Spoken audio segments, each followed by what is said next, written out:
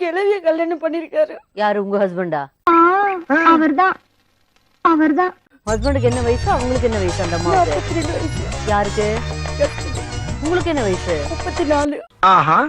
அந்த அம்மாவுக்கு? அந்த அம்மாவுக்கு 50 வயசு தாண்டி இருக்கலாம். ஐயோ எனக்கு தலை சுத்தி சுத்தி வருது. தாண்டி என்ன இருக்கலாம். மாதிரி பொண்ணு இருக்கு, ஒரு பேத்தி இருக்கு.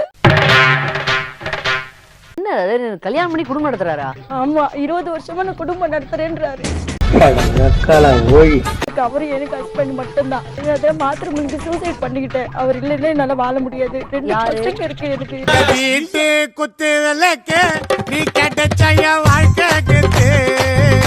உங்க ஹஸ்பண்ட் இப்ப யாரோட இருக்காரு? அந்த அம்மா கூடயா உங்க கூடயா? இங்கே இருந்துகிட்டு அங்கேயே இருக்கிறாரு. சரி, அவ்வளவு வெறி மாப்பிளைக்கு உங்களுக்காக மாமா.